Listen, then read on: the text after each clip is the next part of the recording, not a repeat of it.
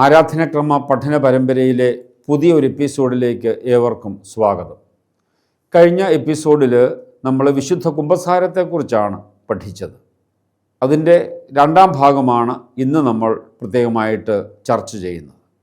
മർക്കോസിന് സുവിശേഷം 16:15 നിങ്ങൾ ലോകമെങ്ങും പോയി എല്ലാ സൃഷ്ടികളോടും സുവിശേഷം പ്രഘോഷിക്കണം. വിശുദ്ധ ലിഖിതത്തിൽ കർത്താവ് കൽപ്പിച്ച അതേ കാര്യം ഇന്നും സഭയിൽ തുടരുന്നു.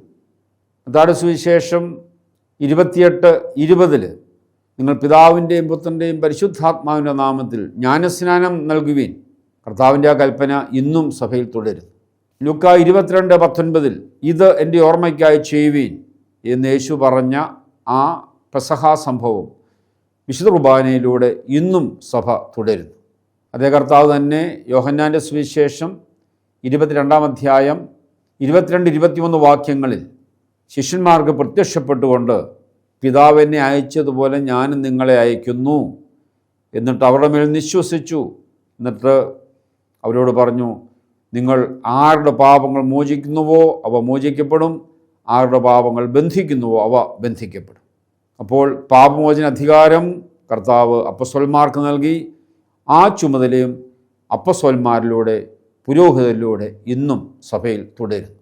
ചുരുക്കത്തിൽ സുവിശേഷം പ്രഘോഷിക്കാൻ പുരോഹിതന് അധികാരമുണ്ടെങ്കിൽ, വിശുദ്ധ കുർബാന ചൊല്ലാൻ പുരോഹിതന് അധികാരമുണ്ടെങ്കിൽ, മാമോദീസ മുക്കുവാൻ പുരോഹിതന് അധികാരമുണ്ടെങ്കിൽ, അതേ പുരോഹിതന് തന്നെ പാപം മോചിക്കാനും അധികാരമുണ്ട്.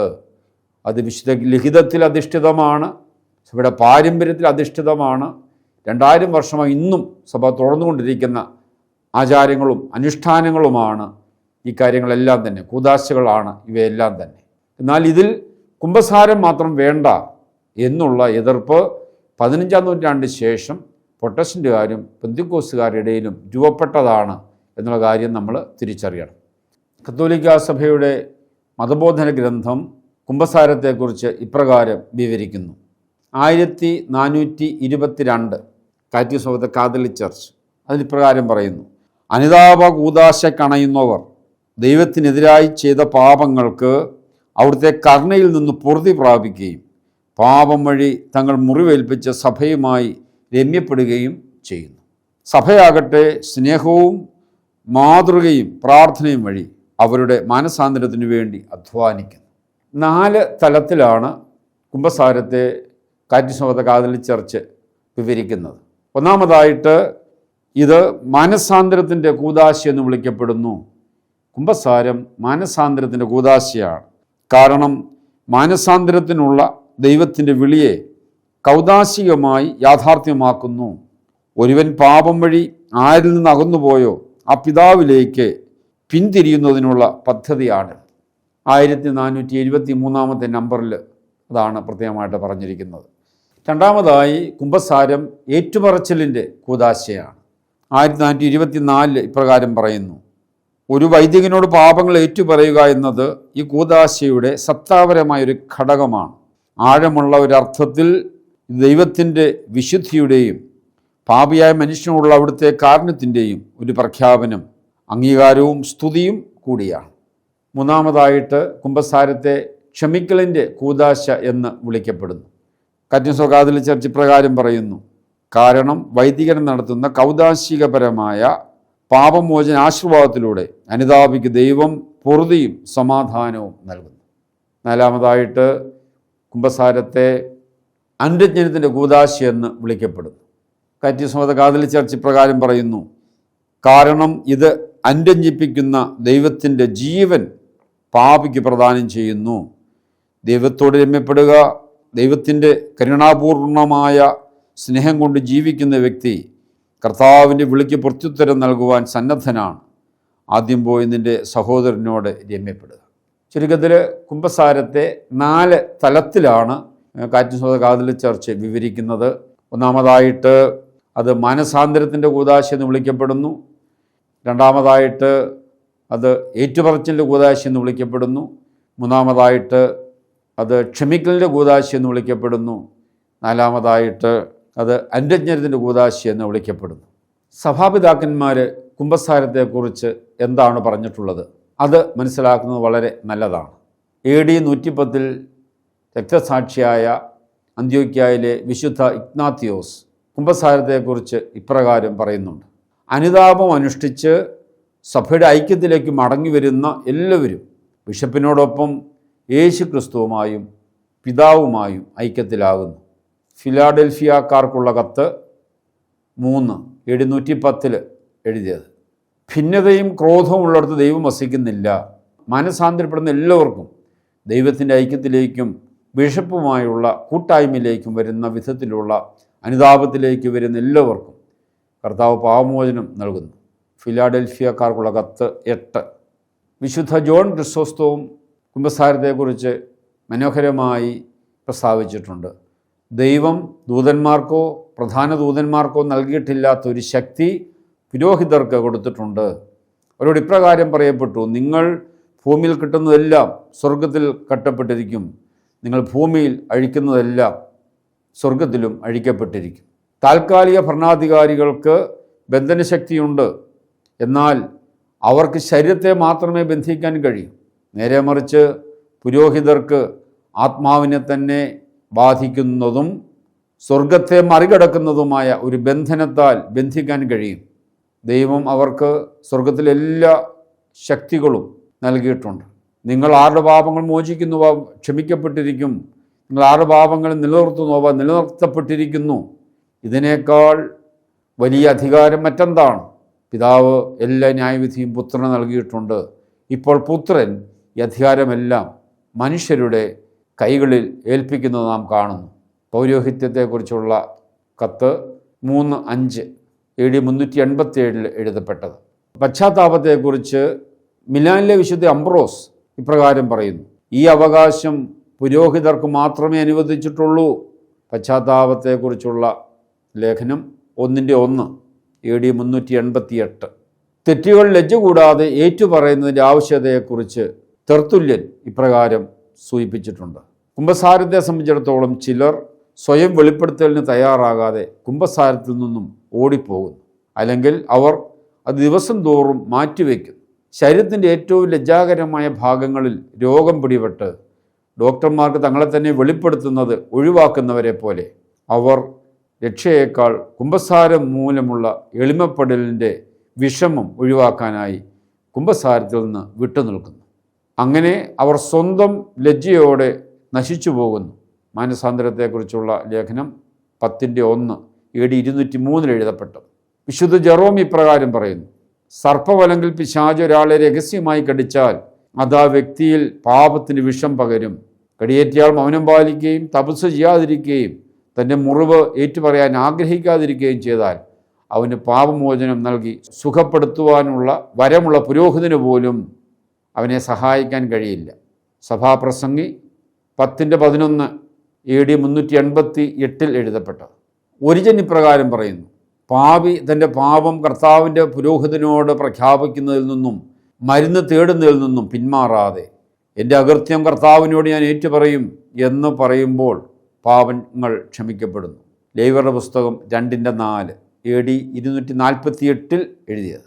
കാർത്തേജിലെ വിശുദ്ധ സിപ്രിയാൻ ഇപ്രകാരം പറയുന്നു: ഈ ലോകത്തിൽ നമ്മുടെ കുമ്പസാരം ദൈവത്തിന് സ്വീകാര്യമായിരിക്കുന്നതിനാലും പുരോഹിതന്മാരിലൂടെ ലഭിക്കുന്ന മോചനം ഇപ്പോൾ നമുക്ക് ഉറപ്പ് നൽകുന്നതിനാലും കർത്താവിന് പ്രസാദകരമായിരിക്കുന്ന ഈ ലോകവാസത്തിൽ വെച്ച് തന്നെ ദൈവത്തിൻ്റെ പുരോഹിതന്മാരോട് തങ്ങളുടെ പാപങ്ങൾ നേരായ രീതിയിലും ദുഃഖത്തിലും ഏറ്റുപറയുകയും മനസാക്ഷിയുടെ തുറന്ന പ്രഖ്യാപനം നടത്തുകയും ചെയ്യുന്നവർ വലിയ വിശ്വാസവും രക്ഷാകരമായ ഭയവുമാണ് പ്രകടമാക്കുന്നത്. സഹോദരന്മാരെ, പാപം ചെയ്ത എല്ലാവരും ഈ ലോകത്തിൽ ആയിരിക്കുമ്പോൾ തന്നെ തൻ്റെ പാപം ഏറ്റുപറയട്ടെ. The lapsed 28ാമത്തെ ഖണ്ഡിക. അനുദപിച്ച് കുമ്പസാരിക്കാതെ വിശ്വകുർബാന സ്വീകരിക്കുന്നവരെക്കുറിച്ച് കാർത്തേജിലെ വിശുദ്ധ സിപ്രിയാൻ പ്രകാരം പറയുന്നു: എന്നാൽ അനുദപിക്കാത്തവർ ഈ മുന്നറിയിപ്പുകളെല്ലാം നിരസിക്കുകയും വെറുക്കുകയും ചെയ്യുന്നു. അവരുടെ പാപങ്ങൾക്ക് പ്രായശ്ചിത്തം ലഭിക്കുന്നതിന് മുൻപ്, അവർ കുറ്റകൃത്യം ഏറ്റുപറയുന്നതിന് മുൻപ്, ചടങ്ങിലും പുരോഹിതൻ്റെ കയ്യിലും അവരുടെ മനസാക്ഷി ശുദ്ധീകരിക്കപ്പെടുന്നതിന് മുൻപ് വിശുദ്ധ കുർബാന സ്വീകരിച്ച് അവർ കർത്താവിൻ്റെ ശരീരത്തോടും രക്തത്തോടും അക്രമം ചെയ്യുന്നു. അവരുടെ കൈകളും വായും ഉപയോഗിച്ചവർ അതിനെ തള്ളിപ്പറഞ്ഞതിനേക്കാൾ കൂടുതൽ അയോഗ്യതയോടെ വിശുദ്ധ കുർബാന സ്വീകരിക്കുക വഴി അവർ കർത്താവിനെതിരെ പാപം ചെയ്യുന്നു.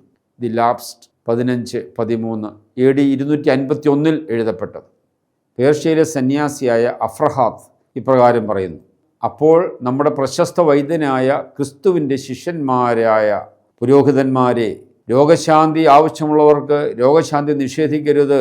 ആരെങ്കിലും നിങ്ങളുടെ മുൻപിൽ തൻ്റെ മുറിവ് തുറന്നു കാട്ടിയാൽ അയാൾക്ക് പശ്ചാത്താപത്തിൻ്റെ പ്രതിവിധി നൽകുക. തൻ്റെ ബലഹീനത അറിയിക്കാൻ ലജ്ജിക്കുന്നവൻ അത് നിങ്ങളിൽ നിന്ന് മറയ്ക്കാതിരിക്കാൻ അവനെ പ്രോത്സാഹിപ്പിക്കുക. അവനത് നിങ്ങൾക്ക് വെളിപ്പെടുത്തി കഴിഞ്ഞാൽ അത് പരസ്യമാക്കരുത്. കാരണം നമ്മുടെ ശത്രുക്കളും നമ്മെ വെറുക്കുന്നവരും നിരപരാധികളെ കുറ്റവാളികളായി കണക്കാക്കും. പ്രബന്ധങ്ങൾ 7:3 AD 340 എഴുതപ്പെട്ടത്. ഇതിലൂടെ കുമ്പസാര രഹസ്യം പുരോഹിതൻ അതീവ രഹസ്യമായി സൂക്ഷിക്കണം എന്ന് പ്രത്യേകമായിട്ട് പഠിപ്പിക്കുകയാണ്. അതിനാലാണ് കുമ്പസാര രഹസ്യം ഒരിക്കലും പുരോഹിതൻ പുറത്തു പറയാൻ പാടില്ല എന്ന് നിഷ്കർഷിക്കുന്നത്. ഏതെങ്കിലും പുരോഹിതൻ അപ്രകാരം കുമ്പസാര രഹസ്യം പുറത്തു പറഞ്ഞാൽ അദ്ദേഹം പൗരോഹിത്യത്തിൽ നിന്ന് പുറത്താക്കപ്പെടും എന്ന് നമ്മൾ മനസ്സിലാക്കണം.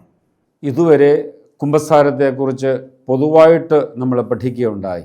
എന്നാൽ എപ്രകാരമാണ് കുമ്പസാരിക്കേണ്ടത്, കുമ്പസാരം എപ്രകാരമാണ് അനുഭവമാക്കി തീർക്കേണ്ടത്, അതിനെക്കുറിച്ച് പ്രത്യേകമായിട്ട് നമുക്ക് പഠിക്കാം. കുമ്പസാരത്തിന് 5 ഘടകങ്ങളാണുള്ളത്. ഒന്നാമത്തേതാണ് ആത്മശോധന. ജോൺ പോൾ മാർപ്പാപ്പ പറയുകയുണ്ടായി, ഈ കാലഘട്ടത്തിൽ ഏറ്റവും വലിയ പാപം പാപബോധം നഷ്ടപ്പെട്ടിരിക്കുന്നു എന്നുള്ളതാണ്. പാപത്തിനു പകരം വർദ്ധിക്കുന്നത് കുറ്റബോധമാണ്. കുറ്റബോധം മനുഷ്യനിൽ മാനസിക തളർച്ച സൃഷ്ടിക്കുകയും അപകടകരമായ അവസ്ഥയിലേക്ക് എത്തിക്കുകയും ചെയ്യുന്നു. അമിതമായ കുറ്റബോധം മനുഷ്യനെ മദ്യം, മയക്കുമരുന്ന്, ഭക്ഷണപ്രിയം, ആത്മഹത്യ, കുറ്റകൃത്യങ്ങൾ എന്നീ വിപത്തുകളിലേക്ക് എത്തിക്കും. നിരാശയും വെറുപ്പും തന്നോട് തന്നെയുള്ള ഇഷ്ടക്കേടും മടുപ്പും എല്ലാം ഇതിൻ്റെ ഭാഗമാണ്. പാപബോധമെന്നത് പക്വമായ മനസ്സോടും യാഥാർത്ഥ്യബോധത്തോടും കൂടി ഒരുവൻ്റെ ആത്മീക മാനസിക അവസ്ഥ തിരിച്ചറിയുന്നതിനും തൻ്റെ തെറ്റുകളും പാപങ്ങളും ദൈവസ്നേഹത്തിന് എതിരായുള്ളവയാണെങ്കിലും കരുണാമയനായ ദൈവത്തിനു മുമ്പിൽ താൻ സ്വീകാര്യനാണ് എന്ന ചിന്തയിൽ നിന്നും വരുന്നതുമായ വിനീതഭാവമാണ്. കുറ്റബോധത്തിൻ്റെ അടിസ്ഥാനം സ്വാർത്ഥ സ്നേഹവും അഹംഭാവവുമാണ്. പാപബോധത്തിൻ്റെ അടിസ്ഥാനമാകട്ടെ ദൈവസ്നേഹവും അവിടുത്തെ കരുണയുമാണ്. ദൈവസ്നേഹത്തിൽ നിന്നും മനുഷ്യസ്നേഹത്തിൽ നിന്നും നമ്മെ അകറ്റുന്നതെല്ലാം പാപമാണ്. ക്രിസ്തുവിശ്വാസത്തിൽ അടിസ്ഥാനപരമായി ഒരു പ്രമാണമേ ഉള്ളൂ. ഇത് സ്നേഹത്തിൻ്റെ പ്രമാണമാണ്. അതിൽ ദൈവസ്നേഹവും മനുഷ്യസ്നേഹവും ഉൾച്ചേർന്നിരിക്കുന്നു. അതിനാൽ സ്നേഹത്തിൻ്റെ നിരസനമാണ് പാപം, കൽപ്പനകളുടെ ലംഘനമാണ് പാപം. ഒരാൾ പാപം മൂലം ദൈവത്തിൽ നിന്നും മനുഷ്യരിൽ നിന്നും അകലുന്നു. ദൈവവും മനുഷ്യനും മനുഷ്യനും മനുഷ്യനുമായി കൂട്ടിച്ചേർക്കപ്പെടുന്ന അന്ത്യജ്ഞനത്തിൻ്റെ കൂദാശയാണ് വിശുദ്ധ കുമ്പസാരം. സ്നേഹത്തിൻ്റെ നിരസനമായ പാപത്തിന് പരിഹാരം സ്നേഹം മാത്രമാണ്.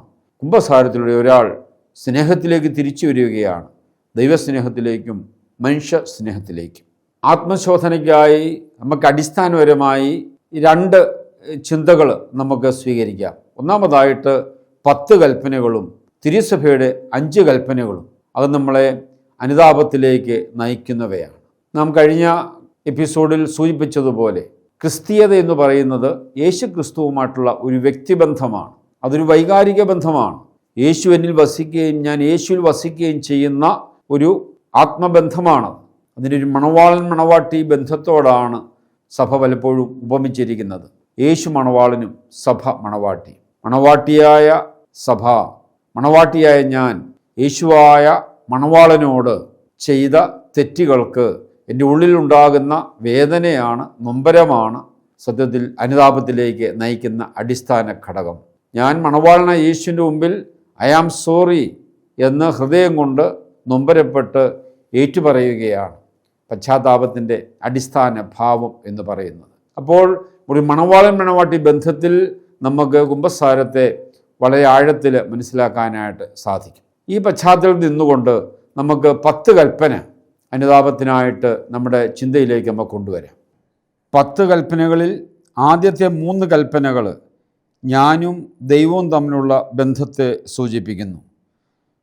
4 മുതൽ 10 വരെയുള്ള കൽപ്പനകൾ ഞാനും മറ്റു വ്യക്തികളുമായിട്ടുള്ള ബന്ധത്തെ സൂചിപ്പിക്കുന്നു. സ്നേഹത്തിൻ്റെ നിരസനമാണ് പാപം. ഞാൻ ദൈവത്തെ സ്നേഹിക്കാതിരിക്കുന്നതും പാപമാണ്, ഞാൻ മനുഷ്യനെ സ്നേഹിക്കാതിരിക്കുന്നതും പാപമാണ്. ദൈവസ്നേഹവും മനുഷ്യസ്നേഹവും പരസ്പരം ബന്ധപ്പെടുത്തിയാണ് പാപത്തെ നമ്മൾ പ്രത്യേകമായിട്ട് മനസ്സിലാക്കുന്നത്. ഒന്നാമത്തെ കൽപ്പന, നിൻ്റെ ദൈവമായ കർത്താവ് ഞാനാകുന്നു, ഞാനല്ലാതെ മറ്റൊരു ദൈവം നിനക്ക് ഉണ്ടാകരുത്. രണ്ടാമത്തെ കൽപ്പന, ദൈവത്തിൻ്റെ തിരുനാമം വൃഥ ഉപയോഗിക്കരുത്. മൂന്നാമത്തെ കൽപ്പന, കർത്താവിൻ്റെ ദിവസം പരിശുദ്ധമായി ആചരിക്കണം. നമുക്കറിയാം 10 കൽപ്പനയിലെ ഈ 3 കൽപ്പനകളും നമ്മളും ദൈവവും തമ്മിലുള്ള ബന്ധമാണ്. അപ്പോൾ ഞാനും ദൈവമായിട്ടുള്ള ബന്ധത്തിൽ മണവാളനെ സ്നേഹിക്കുന്ന, മണവാളൻ മണവാട്ടിയെ സ്നേഹിക്കുന്ന ആ ഒരു ബന്ധമാണ് ഇവിടെ സൂചിപ്പിക്കുക. അപ്പോൾ ഞാനും ദൈവമായിട്ടുള്ള ബന്ധം അത് എപ്രകാരമായിരിക്കുന്നു ഈ 3 കൽപ്പനകളിൽ സൂചിപ്പിക്കുകയാണ്. ഒന്നാമത്തെ കൽപ്പന, ദൈവത്തിന് ഞാൻ 1-ാം സ്ഥാനം കൊടുക്കുന്നുണ്ടോ? മണവാട്ടി എന്ന നിലയിൽ ദൈവത്തിന് ഞാൻ 1-ാം സ്ഥാനം കൊടുക്കുന്നുണ്ടോ? മറ്റ് ദൈവങ്ങളെയോ മറ്റ് വസ്തുക്കളെയോ ഞാൻ ആരാധിക്കുന്നുണ്ടോ? ദൈവത്തിന് കൊടുക്കേണ്ട 1-ാം സ്ഥാനം ഞാൻ മറ്റു വല്ലവർക്കുമോ മറ്റു വസ്തുക്കൾക്കോ ഞാൻ കൊടുക്കുന്നുണ്ടോ? അപ്പോൾ ഒന്നാമത്തെ കൽപ്പന അടിസ്ഥാനപരമായി ദൈവത്തിന് യഥാർത്ഥ ആരാധന നൽകുന്നതായിരിക്കണം. ദൈവത്തെ അല്ലാതെ മറ്റൊന്നിനെയും ആരാധിക്കരുത്. ദൈവത്തിന് ഞാൻ 1-ാം സ്ഥാനം കൊടുക്കണം. ദൈവത്തിനല്ലാതെ മറ്റാർക്കെങ്കിലുമോ മറ്റു വ്യക്തികൾക്കോ ഞാൻ 1-ാം സ്ഥാനം കൊടുക്കുന്നെങ്കിൽ അത് 1-ാം കൽപ്പനയുടെ ലംഘനമാണ്. രണ്ടാമത്തെ കൽപ്പന, ദൈവത്തിൻ്റെ നാമം വൃഥ ഉപയോഗിക്കരുത്. രണ്ടാമത്തെ കൽപ്പന അർത്ഥമാക്കുന്നത് ദൈവത്തിൻ്റെ തിരുനാമം ആദരിക്കപ്പെടണം എന്നതാണ്. അതായത് ദൈവസാന്നിധ്യത്തെ ഭയത്തോടും ഭക്തിയോടും ആദരവോടും കൂടി മാത്രമേ നാം സമീപിക്കാവൂ. ദൈവത്തിൻ്റെ നാമം നിരന്തരം ആദരിക്കപ്പെടണം എന്ന് രണ്ടാമത്തെ കൽപ്പന ലക്ഷ്യം വയ്ക്കുന്നു. അതുപോലെ തന്നെ ദൈവനാമം സ്തുതിക്കപ്പെടണമെന്നും ഒരു കാരണവശാലും മനുഷ്യൻ ദൈവനാമം ദുരുപയോഗം ചെയ്യുവാൻ പാടില്ല എന്നും ദൈവനാമത്തെ സ്തുതിക്കുവാനും ആരാധിക്കുവാനും മനുഷ്യൻ കടപ്പെട്ടിരിക്കുന്നുവെന്നും ഈ കൽപ്പന പഠിപ്പിക്കുന്നു. ദൈവത്തിൻ്റെ നാമത്തിൽ വ്യാജമായും അനാവശ്യമായും ആണയിടുന്നത് രണ്ടാമത്തെ കൽപ്പനയ്ക്ക് എതിരാണ്. ദൈവത്തിൻ്റെ നാമത്തിൻ്റെ പരിശുദ്ധി ലംഘിക്കുന്നത് എല്ലാം ഈ കൽപ്പനയുടെ ലംഘനമാണ്. അതുപോലെ തന്നെ ദൈവിക സ്ഥലങ്ങൾ, ദൈവിക വ്യക്തികൾ എന്നീ കാര്യങ്ങൾക്ക് ബഹുമാനവും ആദരവും ഞാൻ നൽകുന്നുണ്ടോ? ദേവാലയത്തെയും ദേവാലയ ശുശ്രൂഷകരായ പുരോഹിതരെയും സമർപ്പിതരെയും അപമാനിക്കുകയും ഉചിതമായ ബഹുമാനം നൽകാതിരിക്കുകയും ചെയ്യുന്നുണ്ടോ? ചുരുക്കത്തിൽ 2-ാം കൽപ്പന ദൈവത്തിൻ്റെ നാമം വൃഥ ഉപയോഗിക്കരുത് എന്ന് പറയുമ്പോൾ അതിൻ്റെ പോസിറ്റീവായിട്ടുള്ള ചിന്ത എന്ന് പറയുന്നത് ദൈവത്തിൻ്റെ പരിശുദ്ധിയെ ഞാൻ എത്രമാത്രം സ്വീകരിക്കുന്നു, അംഗീകരിക്കുന്നു, ഉൾക്കൊള്ളുന്നു, ആ പരിശുദ്ധിക്കനുസരിച്ച് ഞാൻ പ്രവർത്തിക്കുന്നുണ്ടോ, പെരുമാറുന്നുണ്ടോ എന്നൊക്കെ 2-ാമത്തെ കൽപ്പന എന്നോട് ചോദിക്കുകയാണ്. 3-ാമത്തെ കൽപ്പന, കർത്താവിൻ്റെ ദിവസം പരിശുദ്ധമായി ആചരിക്കണം. കർത്താവിൻ്റെ ദിവസം പരിശുദ്ധമായി ഞാൻ ആചരിക്കുന്നുണ്ടോ എന്ന് പറയുമ്പോൾ ഞാൻ ഞായറാഴ്ച ദിവസം ഒരുക്കത്തോടെ ബോധപൂർവം വിശുദ്ധ കുർബാനയിൽ പൂർണ്ണമായി സംബന്ധിക്കുന്നുണ്ടോ? കുർബാന എന്ന കൂദാശയുടെ ആഴങ്ങൾ അനുഭവിക്കാൻ എനിക്ക് സാധിക്കുന്നുണ്ടോ? അതോ കർമ്മമായിട്ട് എപ്പോഴേലും പോയി കർമ്മം നിർവഹിച്ച് തിരികെ വരികയാണോ? യഥാർത്ഥത്തിൽ ഞായറാഴ്ച ആ വിശുദ്ധ കുർബാനയുടെ ആഴങ്ങൾ അനുഭവിക്കാൻ എനിക്ക് സാധിക്കുന്നുണ്ടോ? അതുപോലെ തന്നെ അനുദിന പ്രാർത്ഥനകൾ, വിശുദ്ധ അഗസ്തീനോസ് പറഞ്ഞു, നീ പ്രാർത്ഥിക്കുമ്പോൾ ദൈവത്തോട് സംസാരിക്കും, നീ വേദോത്സവം വായിക്കുമ്പോൾ ദൈവം നിന്നോട് സംസാരിക്കും. അനുദിന പ്രാർത്ഥനയിൽ മണവാട്ടിയായ ഞാൻ മണവാളനായ യേശുവിനോട് സംസാരിക്കുന്നതാണ് പ്രാർത്ഥന. ഞാൻ മണവാളൻ യേശുവിനോട് സംസാരിക്കുന്നുണ്ടോ? അവൻ്റെ അടുത്തിരിക്കുന്നുണ്ടോ? അവനോട് സംസാരിക്കുന്നതിൽ എനിക്ക് സന്തോഷമാണോ? രാവിലെ വൈകിട്ട് ഞാൻ മണവാളൻ യേശുവിനോട് സംസാരിക്കുന്നുണ്ടോ, പ്രാർത്ഥിക്കുന്നുണ്ടോ? വേദോസ്തവ വായന എന്ന് പറയുന്നത് മണവാളൻ മണവാട്ടിയോട് സംസാരിക്കുന്നതാണ്. മണവാട്ടി ആയ ഞാൻ യേശുവിൻ്റെ അടുത്തിരുന്ന് അവനെ കേൾക്കാൻ എനിക്ക് മനസ്സുണ്ടോ? രാവിലെയും വൈകിട്ട് ഞാൻ വിശുദ്ധ ലിഖിതം വായിക്കുന്നുണ്ടോ? യേശുവിനെ കേൾക്കാൻ ഞാൻ ആഗ്രഹിക്കുന്നുണ്ടോ? അപ്പോൾ ഞാൻ ദൈവത്തോട് സംസാരിക്കുന്നതും ദൈവം എന്നോട് സംസാരിക്കുന്നതും അതൊരു ബന്ധത്തിലാണ്. മണവാട്ടി എന്ന നിലയിൽ മണവാളിനെ കേൾക്കാനും മണവാളിനോട് സംസാരിക്കാനും ഞാൻ താല്പര്യപ്പെടുന്നുണ്ടോ? ഞാൻ എൻ്റെ പ്രാർത്ഥനയും വേദോസ്തവ വായനയൊക്കെ ഒരുക്കത്തോടെ നിർവഹിക്കുന്നുണ്ടോ? അതുപോലെ തന്നെ സഭ നിഷ്കർഷിക്കുന്ന നോമ്പ് വർജന ഉപവാസം. എന്താണ് നോമ്പ് വർജന ഉപവാസം എന്നോട് അർത്ഥമാക്കുക? നോമ്പ് കാലത്തെ 2 കാര്യങ്ങളാണ് ഉപവാസവും വർജനയും. ഉപവസിക്കുക എന്ന് പറഞ്ഞാൽ യേശുവിനോട് ഒത്തുവസിക്കുക. മണവാട്ടി മണവാളിനോട് ഒത്തുവസിക്കുന്ന കാലഘട്ടമാണ് നോമ്പ് കാലം. ഒരു മണവാട്ടി മണവാളനോട് ഒത്തുവസിക്കാൻ എപ്പോഴും അവൾ ആഗ്രഹിക്കും. മണവാളനോട് കൂടിയായിരിക്കാൻ അവൾ ആഗ്രഹിക്കും. യേശുവിനോട് ഒത്തുവസിക്കാൻ നോമ്പുകാലം ഞാൻ എത്രമാത്രം ഒരുക്കത്തോടെയാണ് യേശുവിനോട് ഒത്തുവസിക്കുന്നത്. എന്താണ് വർജന? യേശുവിനോട് ഒത്തുവസിക്കാൻ, ഉപവസിക്കാൻ തടസ്സമായ എല്ലാറ്റിനെയും വർജിക്കുന്നതാണ് വർജന. യേശുവാകുന്ന മണവാളനോട് ഒന്നിച്ച് ഒത്തുവസിക്കാൻ, കൂടെ വസിക്കാൻ തടസ്സമായ എല്ലാറ്റിനെയും മണവാട്ടിയായി ഞാൻ വർജിക്കുന്നതാണ് വർജന എന്ന് പറയുന്നത്. ഇറച്ചിയും മുട്ടയും മീനും ഒക്കെ അത് ഒരു പ്രതീകം മാത്രമാണ്. യഥാർത്ഥത്തിൽ വർജന എന്ന് പറയുന്നത് മണവാളനായ യേശുവിനോട് ഒത്തുവസിക്കാൻ തടസ്സമായ എല്ലാറ്റിനെയും വർജിക്കുന്നതാണ് സത്യത്തിൽ വർജന. നോമ്പ് ഉപവാസമൊക്കെ ഞാൻ എപ്രകാരമാണ് ആചരിക്കുന്നത്? നോമ്പുകാലം വിശ്വസ്തയോടെ ഞാൻ നിർവഹിച്ചു. അപ്പോൾ ആദ്യത്തെ 3 കൽപ്പനകൾ ഞാനും ദൈവവും തമ്മിലുള്ള ബന്ധമാണ്. മണവാട്ടി മണവാളനായ യേശുവിനോടുള്ള ആ ബന്ധത്തെയാണ് സൂചിപ്പിക്കുന്നത്. യേശുവിന് ദൈവം എന്ന നിലയിൽ ഞാൻ വേണ്ടത്ര ആരാധന നൽകുന്നുണ്ടോ, ഒന്നാം സ്ഥാനം നൽകുന്നുണ്ടോ? യേശുവിൻ്റെ നാമത്തിന് ഞാൻ അർഹമായ ആദരവ് നൽകുന്നുണ്ടോ? യേശുവിൻ്റെ നാമം ഏതെങ്കിലും തരത്തിൽ ഞാൻ ദുരുപയോഗിക്കുന്നുണ്ടോ? അതുപോലെ തന്നെ എൻ്റെ പ്രാർത്ഥനാ ജീവിതം, എൻ്റെ ദേവാലയ ശുശ്രൂഷകൾ, ഇവയിലൊക്കെയുള്ള എൻ്റെ സമീപനം എത്രമാത്രമാണ്? ഇതെല്ലാം ഞാനും ദൈവവും തമ്മിലുള്ള, യേശുവും തമ്മിലുള്ള ബന്ധത്തെ സൂചിപ്പിക്കുന്നതാണ്. ഇതിൽ വന്നുപോയിട്ടുള്ള കുറവുകളെ ഓർത്താണ് നമ്മൾ പശ്ചാത്തപിക്കുന്നത്. മണവാട്ടി മണവാളൻ്റെ അടുക്കൽ അനുതാപത്തോടുകൂടി, പശ്ചാത്താപത്തോടുകൂടി ആയിരിക്കുകയാണ്. 4 മുതൽ 10 വരെയുള്ള കൽപ്പനകൾ ഞാനും മറ്റുള്ളവരുമായിട്ടുള്ള ബന്ധത്തെ സൂചിപ്പിക്കുകയാണ്. 4-ാമത്തെ കൽപ്പന മാതാപിതാക്കന്മാരെ ബഹുമാനിക്കുക. എൻ്റെ മാതാപിതാക്കളെ ഞാൻ എൻ്റെ വാക്കുകൊണ്ടോ പ്രവൃത്തി കൊണ്ടോ മുറിപ്പെടുത്താറുണ്ടോ? അവർക്ക് ഉചിതമായ സ്നേഹവും ശുശ്രൂഷയും സംരക്ഷണവും കരുതലും നൽകുന്നുണ്ടോ?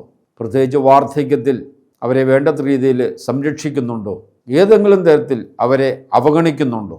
ഞാൻ അവരെ മുറിപ്പെടുത്തുകയോ വേദനിപ്പിക്കുകയോ ചെയ്യുന്നുണ്ടോ? ഇനി മാതാപിതാക്കൾ മക്കളോടുള്ള കടമകൾ അവർ നിർവഹിക്കുന്നുണ്ടോ? മാതാപിതാക്കൾ എന്ന നിലയിൽ മക്കളോടുള്ള കടമ വിശ്വസ്തയോടെ ഞാൻ നിർവഹിക്കുന്നുണ്ടോ? ക്രിസ്ത്യ മാതാപിതാക്കൾ എന്ന നിലയിൽ സാക്ഷി ജീവിതം നയിക്കുന്നുണ്ടോ? മദ്യപാനം, ധൂർത്ത്, മറ്റ് തിന്മകളിലേർപ്പെട്ട് സാക്ഷി ജീവിതം നയിക്കാതിരിക്കുന്നുണ്ടോ? കുടുംബാരാധനയിൽ കുഞ്ഞുങ്ങൾക്ക് മാതൃക നൽകുന്നുണ്ടോ? ഒന്നിച്ച് ദേവാലയത്തിൽ അവരെ ആരാധനയിലേക്ക് കൊണ്ടുപോകുന്നുണ്ടോ? അകാരണമായി കുഞ്ഞുങ്ങളെ മുറിപ്പെടുത്തുകയും ശപിക്കുകയും അവഗണിക്കുകയും കുഞ്ഞുങ്ങൾക്ക് നൽകേണ്ട സ്നേഹവും സമയവും നൽകാതിരിക്കുകയും ചെയ്യുന്നുണ്ടോ? കുഞ്ഞുങ്ങൾക്ക് നൽകേണ്ട ബൗദ്ധിക സാഹചര്യങ്ങൾ കഴിവനുസരിച്ച് നൽകാതിരിക്കുന്നുണ്ടോ? 5-ാമത്തെ കൽപ്പനയാണ് കൊല്ലരുത്. 5-ാമത്തെ കൽപ്പന മനുഷ്യജീവൻ്റെ മാഹാത്മ്യത്തെ വെളിപ്പെടുത്തുന്ന കൽപ്പനയാണ്. മനുഷ്യജീവന് ഹാനികരമാകുന്നതെന്തും 5-ാം പ്രമാണത്തിൻ്റെ ലംഘനമാണ്. ഭ്രൂണഹത്യ, കൊലപാതകം, ദയാവധം, ആത്മഹത്യ, ഇവയെല്ലാം ഈ ഗണത്തിൽപ്പെടും. ഇവയെല്ലാം മാരക പാപങ്ങളുടെ ഗണത്തിൽപ്പെടുന്നവയാണ്. അതുപോലെ തന്നെ മറ്റുള്ളവരെ നേരിട്ട് മുറിപ്പെടുത്തുന്നതും ആക്രമിക്കുന്നതും നേരിട്ടുള്ള കൊലപാതക ശ്രമം തന്നെയാണ്. വ്യക്തിഹത്യ ചെയ്യുന്നത്, സൽപ്പേരില്ലാതാക്കുന്നത്, അമിതമായി കോപിച്ച് മുറിപ്പെടുത്തുന്നത്, വാക്കുകൾ കൊണ്ട് മുറിപ്പെടുത്തുന്നത്, ഇവയെല്ലാം പരോക്ഷമായ കൊലപാതകം തന്നെയാണ്. സ്വന്തം ജീവന് പ്രാധാന്യം നൽകാതെ സ്വന്തം ആരോഗ്യത്തെ ഹനിക്കുന്ന മദ്യപാനം, പുകവലി, ലഹരിയുടെ ഉപയോഗം, ഇവയെല്ലാം 5-ാം കൽപ്പനയുടെ പരിധിയിൽ പെടുന്നതാണ്. ഇവയിലൂടെയെല്ലാം സ്വന്തം ജീവനെ ക്രമമായി സാവകാശം നശിപ്പിക്കുകയാണ് ചെയ്യുന്നത്. അതുപോലെ തന്നെ നാം ജീവിക്കുന്ന ഭൂമിയിൽ ജീവന് ഹാനി വരുത്തുന്ന പ്രവർത്തനങ്ങളിൽ ഏർപ്പെടാറുണ്ടോ? മണ്ണ്, വെള്ളം, വായു എന്നിവയുടെ മലിനീകരണത്തിന് കാരണമാകുന്ന എന്തെങ്കിലും പ്രവൃത്തികൾ എന്നിൽ നിന്നുണ്ടാകുന്നുണ്ടോ? പ്രകൃതിയുടെ സന്തുലിതാവസ്ഥയ്ക്ക് ഹാനി വരുത്തുന്ന പ്രവൃത്തികൾ എന്നിൽ നിന്നും ഉണ്ടാകുന്നുണ്ടോ? 6-9 കൽപ്പനകൾ ഒന്നിച്ചു പോകുന്നതാണ്. പ്രത്യേകിച്ച് അത് കുടുംബജീവിതത്തിലെ ദാമ്പത്യ വിശ്വസ്തത, സ്വന്തം ശരീരത്തിൻ്റെ വിശുദ്ധി, ഇവ സംരക്ഷിക്കാൻ ഈ കൽപ്പനകൾ നിർദ്ദേശിക്കുകയാണ്. ഭാര്യാഭർത്താക്കന്മാർ പരസ്പരം നൽകേണ്ട സ്നേഹം മറ്റാർക്കെങ്കിലും ചിന്തയിലോ മനസ്സിലോ പ്രവൃത്തിയിലോ നൽകുന്നെങ്കിൽ അത് ഈ കൽപ്പനയ്ക്ക് എതിരാണ്. വിവാഹത്തിന് പുറത്തും വിവാഹത്തിന് മുൻപുള്ള ലൈംഗിക ബന്ധങ്ങളും എല്ലാം 6-ാം കൽപ്പനയുടെ ലംഘനമായിട്ട് സഭ പ്രത്യേകമായിട്ട് പഠിപ്പിക്കുന്നു. 7-ാമത്തെ കൽപ്പന മോഷ്ടിക്കരുത്, അന്യൻ്റെ വസ്തുക്കൾ ആഗ്രഹിക്കരുത്. 7ഉം 10ഉം കൽപ്പനകൾ ഒന്നിച്ച് പോകുന്നവയാണ്. എനിക്ക് അർഹതയില്ലാത്തവ ഏതെങ്കിലും തരത്തിൽ മറ്റുള്ളവരിൽ നിന്നും സ്വന്തമാക്കുന്നതിനെയാണ് മോഷണം എന്നതുകൊണ്ട് നാം മനസ്സിലാക്കുന്നത്. നേരിട്ടുള്ള മോഷണം, അപഹരണം, കള്ളക്കച്ചവടം, മായം ചേർക്കൽ, തെറ്റായ പരസ്യം, തൂക്കത്തിലെ അവിശ്വസ്തത, ജോലിക്ക് തക്കതായ കൂലി കൊടുക്കാതിരിക്കുക, സമയത്ത് കൂലി കൊടുക്കാതിരിക്കുക, പരീക്ഷയ്ക്ക് കോപ്പി അടിക്കുക, അതുപോലെ തന്നെ കാശ് വാങ്ങിച്ചിട്ട് ജോലി ചെയ്യാതിരിക്കുക, ഇവയെല്ലാം തന്നെ മോഷണത്തിൽ പെടുന്നവയാണ്. 8-ാം കൽപ്പന സത്യമേ പറയാവൂ, സത്യം മാത്രമേ പറയാവൂ, പ്രവർത്തിക്കാവൂ, സത്യത്തിന് മാത്രമേ സാക്ഷ്യം നൽകാവൂ എന്ന് പഠിപ്പിക്കുന്നു. കാര്യസാധ്യത്തിന് വേണ്ടി കള്ളം പറയുക, സത്യത്തെ തമസ്കരിക്കുക, സത്യത്തെ മറച്ചു വയ്ക്കുക, സത്യം പറയാതിരിക്കുക, കള്ളസാക്ഷ്യം മറ്റുള്ളവർക്കെതിരെ നൽകുക, ഇവയെല്ലാം ഈ കൽപ്പനയുടെ ലംഘനമാണ്. അതുപോലെ തന്നെ തിരുസഭയുടെ 5 കൽപ്പനകളും ഈ കൽപ്പനയോട് ചേർന്ന് പോകുന്നതാണ്. 10 കൽപ്പനയുടെ വിശാല വ്യാഖ്യാനത്തിൽ തിരുസഭയുടെ 5 കൽപ്പനകളും അതിനോട് ചേർന്ന് പോകുന്നതാണ്. തിരുസഭയുടെ 5 കൽപ്പനകൾ: ഞായറാഴ്ചകളിലും കടമുള്ള തിരുനാളുകളിലും മുഴുവൻ കുർബാനയിൽ പങ്കുകൊള്ളണം. ആ ദിവസങ്ങളിൽ വിലക്കപ്പെട്ട വേലകൾ ചെയ്യുകയുമരുത്. 2, ആണ്ടിലൊരിക്കലെങ്കിലും കുമ്പസാരിക്കുകയും പെസഹാകാലത്ത് വിശുദ്ധ കുർബാന സ്വീകരിക്കുകയും വേണം. 3, നിശ്ചയിക്കപ്പെട്ട ദിവസങ്ങളിൽ ഉപവസിക്കുകയും വിലക്കപ്പെട്ട ഭക്ഷണ സാധനങ്ങൾ വർജിക്കുകയും വേണം. 4, വിലക്കപ്പെട്ട കാലത്ത് വിവാഹം ആഘോഷിക്കുകയോ തിരുസഭ വിലക്കിയിരിക്കുന്ന ആളുകളുമായി വിവാഹം നടത്തുകയോ അരുത്. 5, ദേവാലയത്തിനും ദൈവശുശ്രൂഷകർക്കും വൈദിക അധ്യക്ഷൻ നിശ്ചയിച്ചിട്ടുള്ള പദവാരവും മറ്റ് ഓഹരികളും കൊടുക്കണം. പലരും പറയുന്നൊരു കാര്യമുണ്ട്, ഞാൻ പാപമൊന്നും ചെയ്യുന്നില്ല, പിന്നെ എന്തിനാണ് കുമ്പസാരിക്കുന്നത്? അവർ 10 കൽപ്പന വെച്ച് അത് വ്യാഖ്യാനിക്കും. ആദ്യത്തെ 3 കൽപ്പനയും ദൈവത്തോടുള്ള ബന്ധമാണ്, ദൈവത്തോട് ഞങ്ങൾക്ക് സ്നേഹമാണ്, ഞങ്ങൾ പള്ളിയിൽ പോകുന്നുണ്ട്, കൂദാശകൾ സംബന്ധിക്കുന്നുണ്ട്, പള്ളി കൊടുക്കാനുള്ള കൊടുക്കുന്നുണ്ട്, ദൈവമായിട്ടുള്ള ബന്ധമെല്ലാം കറക്റ്റാണ്. രണ്ടാമത് മാതാപിതാക്കളെ ബഹുമാനിക്കുന്നുണ്ട്, കൊലപാതകത്തിനൊന്നും പോകുന്നില്ല, കുടുംബജീവിതത്തിനെതിരായിട്ടൊന്നും പ്രവർത്തിക്കുന്നില്ല, മോഷ്ടിക്കാൻ പോകുന്നില്ല, കള്ളസാക്ഷ്യം ചെയ്യാനും ഒന്നും പോകുന്നില്ല. ചുരുക്കത്തിൽ 10 കൽപ്പനയെല്ലാം ഞങ്ങൾ അനുസരിക്കുന്നുണ്ട്, ഞങ്ങൾ പാപമൊന്നുമില്ല, അതുകൊണ്ട് എന്തിനാണ് എപ്പോഴും കുമ്പസാരിക്കുന്നത് എന്ന് പലരും ചോദിക്കാറുണ്ട്. 10 കൽപ്പന വെച്ചുകൊണ്ട് തന്നെ അവരവരെ തന്നെ ന്യായീകരിക്കുകയും ചെയ്യുന്നുണ്ട്. ഈ ഒരു പശ്ചാത്തലത്തിലാണ് നമ്മൾ പശ്ചാത്താപത്തെക്കുറിച്ചുള്ള ആഴമായ ചിന്തയിലേക്ക് നമ്മൾ കടന്നു വരുന്നത്. 10 കൽപ്പനയും തിരുസഭയുടെ 5 കൽപ്പനകളും മാത്രമല്ല അനുതാപവുമായി ബന്ധപ്പെട്ട ചിന്തയിലേക്ക് നമ്മളെ നയിക്കുക. 10 കൽപ്പന തന്നെ വിശാലമായി നമ്മൾ ചർച്ച ചെയ്യുമ്പോൾ അതിൻ്റെ അകത്തെല്ലാം പരിമിതി ഉണ്ടെന്ന് നമുക്ക് പൂർണ്ണമായിട്ട് മനസ്സിലാക്കാൻ സാധിക്കും. ഒരു ഒഴുക്കൻ മട്ടിൽ 10 കൽപ്പന ഞാൻ എല്ലാം നിർവഹിക്കുന്നുണ്ട് എന്ന് പറയുന്നതും അതിൻ്റെ ആഴമായ ഓരോ വിശുദ്ധീകരണവും നമ്മൾ ചിന്തിക്കുമ്പോൾ 10 കൽപ്പനയിൽ പോലും ഒത്തിരി പരിമിതികളുണ്ടെന്ന് നമുക്ക് കാണാനായിട്ട് സാധിക്കും. അനുതാപത്തിന് ഉതകുന്ന മറ്റ് ചിന്തകൾ, ഒന്നാമതായിട്ട് വിശുദ്ധ ലിഖിതത്തിൽ പ്രത്യേകിച്ച് സുവിശേഷങ്ങളിൽ കർത്താവ് എന്തൊക്കെ നമ്മെ പഠിപ്പിച്ചിട്ടുണ്ടോ അതൊക്കെ നാം പ്രത്യേകമായിട്ട് പാലിക്കാൻ കടപ്പെട്ടവരാണ്. സുവിശേഷം അനുസരിച്ച് ജീവിക്കാൻ നാം കടപ്പെട്ടവരാണ്. സുവിശേഷ മൂല്യങ്ങൾ അനുസരിച്ച് ജീവിക്കാൻ ഞാൻ കടപ്പെട്ടവരാണ്. അതുകൊണ്ട് സുവിശേഷത്തിലെ 5, 6, 7 അധ്യായങ്ങൾ കർത്താവിന് മലയിലെ പ്രസംഗത്തിൽ പറഞ്ഞിരിക്കുന്ന അടിസ്ഥാന ചിന്തകൾ നമ്മുടെ പശ്ചാത്താപത്തെ ഏറെ സഹായിക്കുന്നതാണ്. സുവിശേഷ മൂല്യങ്ങൾ പ്രത്യേകമായിട്ട് അതിൽ പറഞ്ഞിട്ടുണ്ട്. അതനുസരിച്ച് എനിക്ക് ജീവിക്കാൻ സാധിക്കുന്നുണ്ടോ എന്ന് തീർച്ചയായിട്ടും വ്യാഖ്യാനിക്കുന്നത് പശ്ചാത്താപത്തെ ഏറെ സഹായിക്കും. മറ്റൊന്നുള്ളത്, പലരും ആത്മീയതയെ അളക്കുന്നത് 3 കാര്യങ്ങൾ വെച്ചുകൊണ്ട്: വേഷം, ഭാഷ, പ്രവൃത്തി. ഒരാൾ വേഷം എങ്ങനെയുണ്ടെന്ന് നോക്കും. വേഷം കുഴപ്പമൊന്നുമില്ലെങ്കിൽ അവനെ കണ്ടിട്ട് ഒരു ആത്മീയനാണെന്ന് തോന്നും. ഭാഷ, നല്ലവണ്ണം പ്രാർത്ഥിക്കുകയും നല്ല സംസാരിക്കുകയൊക്കെ ചെയ്യുന്ന ആളാണ്, പ്രസംഗിക്കുകയൊക്കെ ചെയ്യുന്ന ആളാണ്, ഭാഷയും കുഴപ്പമില്ല, ആത്മീയനാണെന്ന് തോന്നുന്നു. ഒരു കാര്യം കൂടെ നമ്മൾ നോക്കും, വേഷവും ഭാഷയും മാത്രമല്ല, പ്രവൃത്തിയുടെ പെർഫോമൻസ്. പ്രവൃത്തിയും വലിയ കുഴപ്പമൊന്നുമില്ല, പള്ളിയിലെ എല്ലാ കാര്യങ്ങളും ചെയ്യുന്നു, പള്ളിയിലെ മുൻപന്തിയിൽ നിൽക്കുന്നു, പ്രവൃത്തിയും വലിയ കുഴപ്പമൊന്നുമില്ല, എല്ലാവരുടെ സ്നേഹത്തിലൊക്കെ ഇടപെടുന്നത്, വലിയ കുഴപ്പമൊന്നുമില്ല. നമ്മൾ പറയും ആളൊരു ഭക്തനാണ്, ആത്മീയനാണ്. ഒരുവൻ്റെ ആത്മീയതയെ നമ്മൾ പൊതുവായിട്ട് അളക്കുന്നത് വേഷം, ഭാഷ, പ്രവൃത്തി ഇത് വെച്ചുകൊണ്ടാണ്. കർത്താവ് ഇതിനെ 3നെയും അടിയുന്നേ വിട്ടുകയാണ്. ഇത് 3മല്ല ഒരുവൻ്റെ ആത്മീയതയെ അളക്കേണ്ടത്. ഒരു വേദഭാഗം മനോഹരമായിട്ട് സൂചിപ്പിക്കുന്നുണ്ട്. വിശുദ്ധ മത്തായി സുവിശേഷം 7-ാം അധ്യായം 15-ാം വാക്യം: ആടുകളുടെ വേഷത്തിൽ വരുന്ന വ്യാജപ്രവാചകന്മാരെ സൂക്ഷിച്ചുകൊള്ളുവീൻ. വേഷം ആടിൻ്റേതാ, പക്ഷെ വ്യാജപ്രവാചകനാണ്. ഉള്ളിലവർ കടിച്ചു ചെയ്യുന്ന ചെന്നായ്ക്കളാണ്. എന്ന് പറയുകയാണ്, ഫലങ്ങളിൽ നിന്ന് അവരെ നമുക്ക് മനസ്സിലാക്കാം.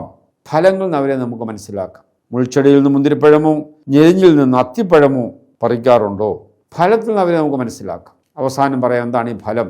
അപ്പോൾ കർത്താവ് വേഷത്തെ അടിയുന്നേ തള്ളിക്കളയുകയാണ്. വേഷം കിട്ടിയതിൻ്റെ പേരിൽ ഒരാൾ ആത്മീയനൊന്നും ആകത്തില്ല. വേഷം ആത്മീയയുടെ അടയാളമാകാം. രണ്ടാമതായിട്ട് ഭാഷ.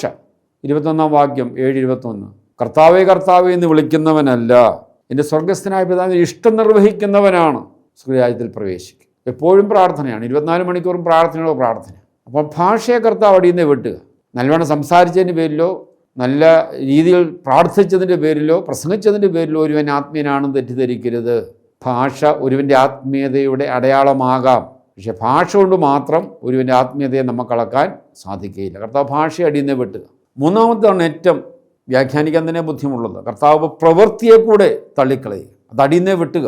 സുവിശേഷ പ്രകാരം പറയുന്നു 22-ാം വാക്യം, അന്ന് പലരും എന്നോട് ചോദിക്കും, കർത്താവേ കർത്താവേ, ഞങ്ങൾ നിന്റെ നാമത്തിൽ പ്രവചിക്കുകയും നിന്റെ നാമത്തിൽ പിശാചുക്കളെ പുറത്താക്കുകയും നിന്റെ നാമത്തിൽ നിരവധി അത്ഭുതങ്ങൾ പ്രവർത്തിക്കുകയും ചെയ്തില്ലേ? ചെറിയ കാര്യങ്ങളല്ല. കർത്താവിൻ്റെ നാമത്തിൽ വമ്പൻ സുവിശേഷ പ്രഘോഷണം നടത്തി, നിന്റെ നാമത്തിൽ ഞങ്ങൾ പ്രവചിച്ചു, പിശാചുക്കളെ പുറത്താക്കി, കർത്താവിൻ്റെ നാമത്തിൽ നിരവധി രോഗശാന്തി നൽകി, നിരവധി അത്ഭുതങ്ങൾ പ്രവർത്തിച്ചു. ഇതെല്ലാം ചെയ്തിട്ട് കഴിഞ്ഞപ്പോൾ കർത്താവ് പറയുക, അപ്പോൾ ഞാൻ അവരോട് പറയും, നിങ്ങളെ ഞാൻ ഒരിക്കലും അറിഞ്ഞിട്ടില്ല. Who are you? I have no relation with you എന്ന് പറയും. അനീതി പ്രവർത്തിക്കുന്നവരെ നിങ്ങൾ എന്നിൽ നിന്നും അകന്നു പോകുവീൻ. അനീതി പ്രവർത്തിക്കുന്നവർ കർത്താവിൻ്റെ നാമത്തിൽ വമ്പൻ സുവിശേഷ പ്രഘോഷണം നടത്തി, രോഗശാന്തി നൽകി, പിശാചുബാധ ഒഴിപ്പിച്ച് ഇത്രയും കാര്യങ്ങളൊക്കെ കർത്താവ് നാമത്തിൽ ചെയ്തപ്പോൾ കർത്താവ് പറയാം, ഞാൻ നിങ്ങളെ അറിയുന്നില്ല. അനീതി പ്രവർത്തിക്കുന്നവരെ പ്രവൃത്തിയെ കൂടെ കർത്താവ് വിട്ടുകയാണ്. പെർഫോമൻസ്. ഒരുവൻ്റെ ആത്മീയത അളക്കേണ്ടത് വേഷം, ഭാഷ, പ്രവൃത്തി ഇത് വെച്ചുകൊണ്ടല്ല. ഒരുപക്ഷെ കർത്താവിൻ്റെ നാമത്തിൽ അവർ പ്രവർത്തിച്ചപ്പോൾ കർത്താവ് അവരിലൂടെ അനേകർക്ക് അഭിഷേകം നൽകി കാണും, പക്ഷേ കർത്താവുമായിട്ട് അവർക്ക് യാതൊരു ബന്ധവുമില്ല. അപ്പോൾ ഒരുവൻ്റെ ആത്മീയത അളക്കേണ്ടത് വേഷവും ഭാഷയും പ്രവൃത്തിയും വെച്ചല്ല, പിന്നെന്താണെന്ന് കർത്താവ് തന്നെ പറയുന്നുണ്ട്. ഫലത്തിൽ നിന്ന് അവരെ നിങ്ങൾ തിരിച്ചറിയും. ഒരുവൻ്റെ ഫലത്തിൽ നിന്നാണ് അവരെ തിരിച്ചറിയേണ്ടത്. എന്താണ് ഈ ഫലം എന്ന് പറയുന്നത്? അപ്പം വേഷം, ഭാഷ, പെർഫോമൻസ് അത് വെച്ചല്ല ഒരുവൻ്റെ ആത്മീയത അളക്കേണ്ടത്, ഫലത്തിൽ നിന്നാണ്. കർത്താവ് പറയുന്നുണ്ട് വിശുദ്ധലിഖിതത്തിലുടനീളം, ഫലം തരാത്ത വൃക്ഷമെല്ലാം വെട്ടി തീയിലെറിയപ്പെടും, മുന്തിരിയുടെ ശാഖ ഫലം തരാത്തതിന് വെട്ടിയൊരുക്കും. അത്തിവൃക്ഷത്തിൽ ഫലമുണ്ടോ നോക്കാൻ കർത്താവ് വന്നു, ഫലം കാണാകിയാൽ അത് വെട്ടിക്കളയാൻ പറഞ്ഞു. എന്താണ് കർത്താവ് ഉദ്ദേശിച്ച ഈ ഫലം? ഈ ഫലത്തെക്കുറിച്ച് വിശുദ്ധ പൗലോസ് വ്യക്തമായി പഠിപ്പിക്കുന്നുണ്ട്. ഗലാത്തി 5, 19, 21 വാക്യങ്ങളിൽ ദൈവരാജ്യം അവകാശപ്പെടുത്തുകയില്ലാത്ത ജഡത്തിൻ്റെ ഫലങ്ങൾ, അതുപോലെ ദൈവരാജ്യം അവകാശപ്പെടുന്ന ആത്മാവിൻ്റെ ഫലങ്ങൾ. അപ്പോൾ ആരാണ് ആത്മീയനെന്നും ആരാണ് അനാത്മീകനെന്നും പൗലോസ് വളരെ വ്യക്തമായിട്ട് പറയുകയാണ്. ജഡത്തിൻ്റെ ഫലങ്ങൾ പുറപ്പെടുവിക്കുന്നവരൊക്കെ അനാത്മീകരാണ്, പാപികളാണ്, ദൈവരാജ്യം അവകാശപ്പെടുത്തുകയില്ല എന്നിട്ട് പൗലോസ് പറയുകയാണ്. അവ ഏതൊക്കെയാണ്? അപ്പോൾ നമുക്ക് ഇപ്പോൾ തന്നെ ഞാൻ ആത്മീയനാണോ അനാത്മീയനാണോ എന്ന് ഇപ്പോൾ തന്നെ നമുക്ക് വ്യാഖ്യാനിക്കാൻ പറ്റും. ഇവിടെ ഇപ്പോൾ തന്നെ നമുക്ക് തീരുമാനമെടുക്കാൻ പറ്റും. എന്നിൽ ജഡത്തിൻ്റെ ഫലങ്ങളാണോ ഉണ്ടാകുന്നത് എങ്കിൽ ഞാൻ അനാത്മീയനാണ്, പാപിയാണ്, ദൈവരാജ്യം അവകാശപ്പെടുത്തുകയില്ല. ഇവിടെ പൗലോസ് പറയുകയാണ് ജഡത്തിൻ്റെ ഫലങ്ങൾ. അപ്പോൾ വ്യഭിചാരം, അശുദ്ധി, ദുർവൃത്തി, വിഗ്രഹാരാധന, ആഭിചാര്യം, ശത്രുത, കലഹം, അസൂയ, കോപം, മാത്സര്യം, ഭിന്നത, വിഭാഗീയ ചിന്ത, വിദ്വേഷം, മദ്യപാനം, മധുരോത്സവം എന്നിവയും ഈ ദൃശ്യമായ പ്രവൃത്തികളുമാണ്. ഇത്തരം പ്രവൃത്തികൾ ഏർപ്പെടുന്നവർ ദൈവരാജ്യം അവകാശപ്പെടുത്തുകയില്ല എന്ന് മുൻപ് ഞാൻ നൽകിയ താക്കീത് ഇപ്പോഴും ആവർത്തിക്കുന്നു. അപ്പോൾ ആരാണ് അനാത്മീയരെന്ന് കൃത്യമായി പറഞ്ഞു. ജഡത്തിൻ്റെ ഈ ഫലങ്ങൾ പുറപ്പെടുവിക്കുന്നവരെല്ലാം അനാത്മികരാണ്, ദൈവരാജ്യത്തിൽ പ്രവേശിക്കില്ലെന്നാണ് പൗലോസ് പറഞ്ഞു. അങ്ങനെയാണെങ്കിൽ ഞാൻ നിങ്ങൾ എവിടെ നിൽക്കുന്നു നോക്കാം. ആദ്യത്തെ 4 കാര്യങ്ങൾ വളരെ സീരിയസ് ആയിട്ട് നമ്മളെല്ലാവരും കരുതും. വ്യഭിചാരം, അശുദ്ധി, ദുർവൃത്തി, വിഗ്രഹാരാധന, ആഭിചാര്യം, 5 എണ്ണം വളരെ സീരിയസ് ആയിട്ട് നമ്മൾ കരുതും. അവരാരും സ്വർഗത്തിൽ പോകത്തില്ല. അടുത്ത മുതൽ കണ്ണടയ്ക്കും നമ്മൾ. ശത്രുത, കലഹം, അസൂയ, കോപം, മാത്സര്യം, ഭിന്നത, വിഭാഗീയ ചിന്ത, വിദ്വേഷം, മദ്യപാനം, മധുരോത്സവം, അതൊക്കെ പതുക്കെ നമ്മൾ കണ്ണടയ്ക്കും. ശത്രുതയില്ലാത്തവരാരാ? കലഹിക്കാത്തവരാരാ? അസൂയപ്പെടാത്തവരാരാ? കോപിക്കാത്തവരാരാ?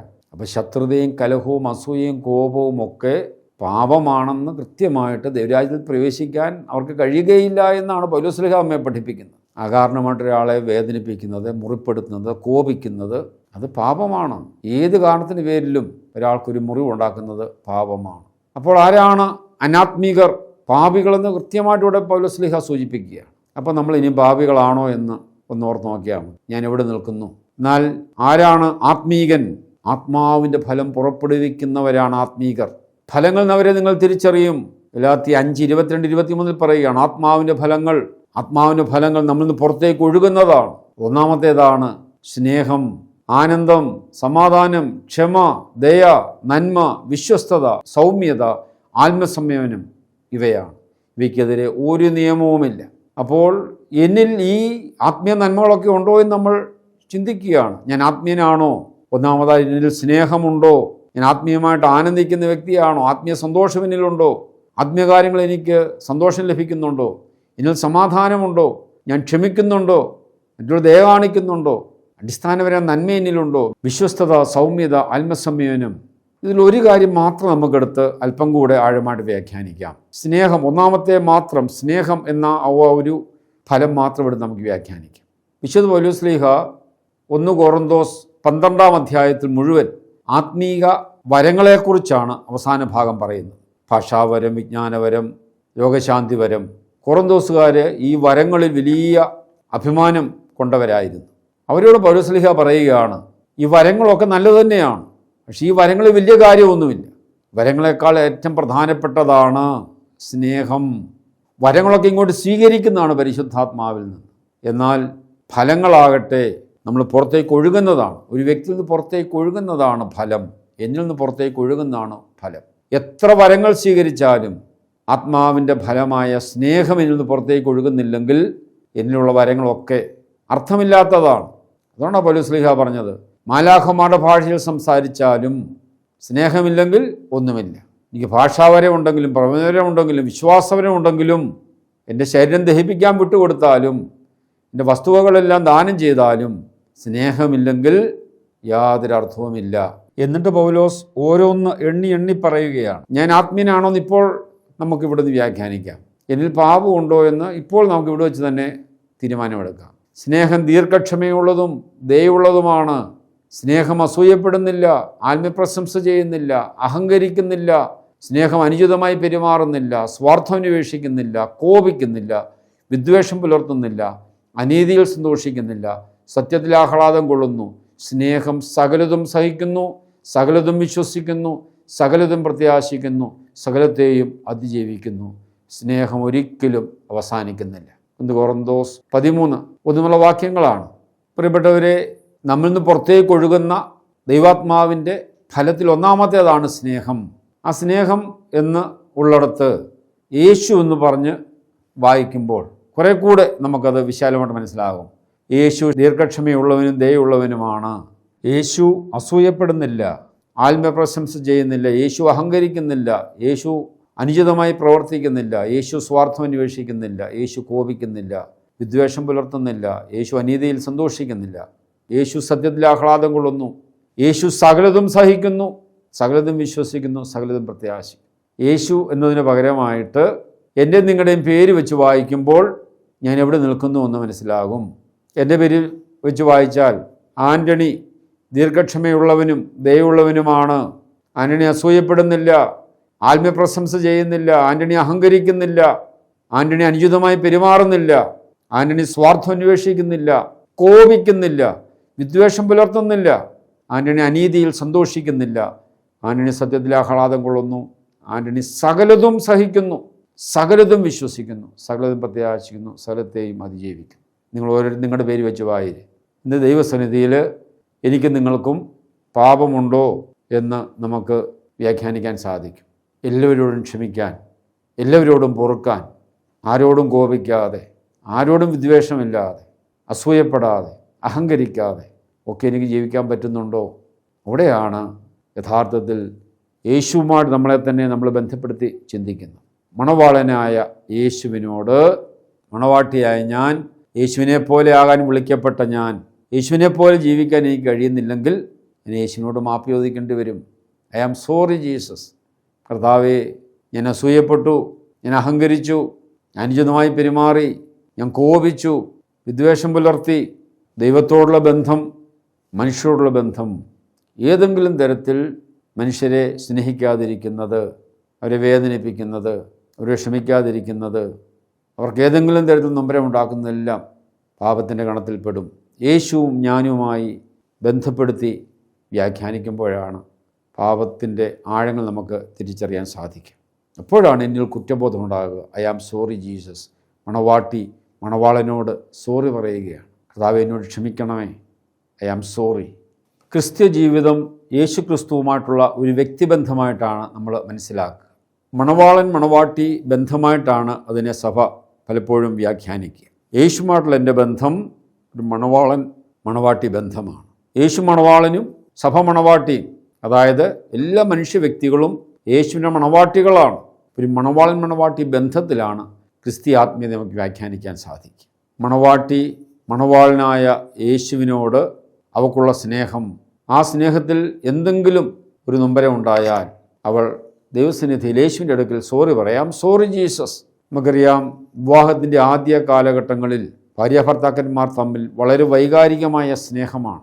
രണ്ടു കൂട്ടരും പരസ്പരം ഒരു ചെറിയ പ്രയാസം ഉണ്ടായാൽ പോലും അത് പറഞ്ഞ് അവർ പരിഹരിക്കും, അല്ല റെക്ടിഫൈ ചെയ്യും. ഒരു മണവാട്ടി മണവാളിന് ഇഷ്ടമില്ലാത്ത ഒന്നും ചിന്തിക്കുകയോ പറയുകയോ പ്രവർത്തിക്കുകയോ ചെയ്യാൻ ആഗ്രഹിക്കത്തില്ല. ബോഡി ലാംഗ്വേജിൽ പോലും മണവാളിന് എന്തെങ്കിലും പ്രയാസമുണ്ടായാൽ എത്രയും പെട്ടെന്ന് അത് റെക്ടിഫൈ ചെയ്യാൻ, പരിഹരിക്കാൻ അവൾ ആഗ്രഹിക്കും. അതുപോലെ ഭർത്താവും തൻ്റെ ഭാര്യയ്ക്ക് ഒരു വേദന പോലും ഉണ്ടാക്കരുത് എന്ന് വിവാഹത്തിൻ്റെ ആദ്യകാലങ്ങളിൽ വളരെ രണ്ടു കൂട്ടരും വളരെ ശ്രദ്ധയോടുകൂടിയാണ് അവർ പരസ്പരം ആ സ്നേഹത്തിലായിരിക്കുന്നത്. ഏതെങ്കിലും പ്രയാസമുണ്ട് എത്രയും പെട്ടെന്ന് പരിഹരിക്കാൻ അവർ ആഗ്രഹിക്കും. അല്ലെങ്കിൽ ഒരു രാത്രി പോലും അവർക്ക് ഒന്നിച്ച് താമസിക്കാൻ സാധിക്കത്തില്ല. ആദ്യത്തെ 5-6 മാസം കഴിയുമ്പോഴേക്കും ഈ സ്നേഹത്തിന് വൈകാരികത പതുക്കെ നഷ്ടപ്പെട്ട് കഴിയുമ്പോൾ പിന്നെ ദിവസങ്ങളോ ആഴ്ചകളോ മാസങ്ങളോ ഒക്കെ ഈ ഭാരം മനസ്സിൽ വെച്ചുകൊണ്ടിരിക്കുകയും ഒരുപക്ഷെ പരസ്പരം അനുരഞ്ജനപ്പെടാതിരിക്കുകയോ ചെയ്ത് നമുക്ക് മനസ്സിലാക്കാൻ സാധിക്കും. സത്യത്തിൽ മണവാളനായ യേശുവിൻ്റെ അടുക്കൽ മണവാട്ടിയുടെ ഉള്ളിലുണ്ടാകുന്ന ഞാൻ തെറ്റ് ചെയ്തു, വേദനിപ്പിച്ചു എന്നുള്ള ആ വൈകാരികമായ ബന്ധത്തിൽ നിന്ന് ഉരുവാകുന്ന വിചാരങ്ങളാണ് അനുതാപത്തിൻ്റെ ആരംഭം എന്ന് പറയുന്നത്. ഐ ആം സോറി ജീസസ്, ഞാൻ നിന്നെ വേദനിപ്പിച്ചു. അത് 2 തലങ്ങളിലാണ് നമ്മൾ കാണുകയുണ്ടായി. ഞാനും ദൈവവും തമ്മിലുള്ള ബന്ധത്തിൻ്റെ പേരിൽ കർത്താവേ ഞാൻ പ്രാർത്ഥിച്ചില്ല, പള്ളിയിൽ പോയില്ല, നോമ്പനുഷ്ഠിച്ചില്ല, അല്ല ദൈവം നിനക്ക് 1-ാം സ്ഥാനം നൽകിയില്ല, നിന്നെ സ്തുതിച്ചില്ല, ആരാധിച്ചില്ല, വേദപുസ്തകം വായിച്ചില്ല. ഇതെല്ലാം ദൈവത്തോടുള്ള ബന്ധത്തിൽ വന്നുപോയ കുറവുകളാണ്. കർത്താവിനെ ക്ഷമിക്കണമേ, ഐ ആം സോറി ജീസസ്. 2ാമത്തേത് മനുഷ്യനുമായി ബന്ധപ്പെട്ട ചിന്തകളാണ്. കർത്താവെ ഞാൻ ഇന്നയാളെ വേദനിപ്പിച്ചു, മുറിപ്പെടുത്തി, കോപിച്ചു. മനുഷ്യനെ വേദനിപ്പിച്ചതൊക്കെ യേശുവെ നിന്നെ തന്നെയാണ് വേദനിപ്പിച്ചത്. നിന്റെ ഛായയിൽ സൃഷ്ടിച്ച എൻ്റെ സഹോദരനെ ഞാൻ വേദനിപ്പിച്ചപ്പോൾ യേശുവിനെ തന്നെയാണ് വേദനിപ്പിച്ചത്. I am sorry Jesus. ഞാൻ ദൈവവുമായിട്ടുള്ള എൻ്റെ ബന്ധത്തിൽ, മനുഷ്യരുമായിട്ടുള്ള ബന്ധത്തിൽ എന്നിലുണ്ടായിട്ടുള്ള എല്ലാ കുറവുകളും അത് യേശുവിൻ്റെ അടുക്കൽ ഞാൻ ഏറ്റുപറയുകയാണ്. I am sorry Jesus. ആ യേശുവുമായി ആഴപ്പെട്ട ആ സ്നേഹബന്ധത്തിലായിരിക്കുമ്പോഴാണ് യേശുവിനോട് റെക്ടിഫൈ ചെയ്യാനും സോറി പറയാനും, മണവാട്ടി എന്ന നിലയിൽ മണവാളിൻ്റെ അടുക്കൽ ആ വൈകാരിക ബന്ധത്തിൽ നിൽക്കുമ്പോഴാണ് യേശുവിനോട് എത്രയും പെട്ടെന്ന് സോറി പറഞ്ഞ് അനുരഞ്ജനപ്പെടണം എന്നുള്ള ആഗ്രഹം ഉണ്ടാകുക. മുമ്പേ പറഞ്ഞതുപോലെ ആ വൈകാരിക ബന്ധം കുടുംബജീവിതത്തിൽ പതുക്കെ ആദ്യത്തെ 5-6 മാസത്തിൽ നഷ്ടപ്പെട്ട് കഴിയുമ്പോൾ പിന്നെ ദിവസങ്ങളോ ആഴ്ചകളോ മാസങ്ങളോ വർഷങ്ങളോ ഒക്കെ പരസ്പരം അനുരഞ്ജനപ്പെടാതെ വിദ്വേഷത്തിലും പകയിലും ഒക്കെ ആയിരിക്കുന്ന ഭാര്യാഭർത്താക്കന്മാരുണ്ട്. അതുതന്നെയാണ് വിശുദ്ധ കുമ്പസാരത്തിൻ്റെയും അടിസ്ഥാന ചിന്ത. ചിലർ ചോദിക്കും, എന്തിനാണ് എപ്പോഴും കുമ്പസാരിക്കുന്നത്? ചില വിശുദ്ധരൊക്കെ എല്ലാ ദിവസവും കുമ്പസാരിച്ചിരുന്നു. എന്തുകൊണ്ടാണ് എല്ലാ ദിവസവും കുമ്പസാരിച്ചിരുന്നത്? യേശുവുമായി അത്രമാത്രം ഒരു വൈകാരിക ബന്ധം അവർ പുലർത്തിയിരുന്നു. ഒരു വിധത്തിലും എൻ്റെ മണവാളനെ യേശുവിനെ വേദനിപ്പിക്കരുത്.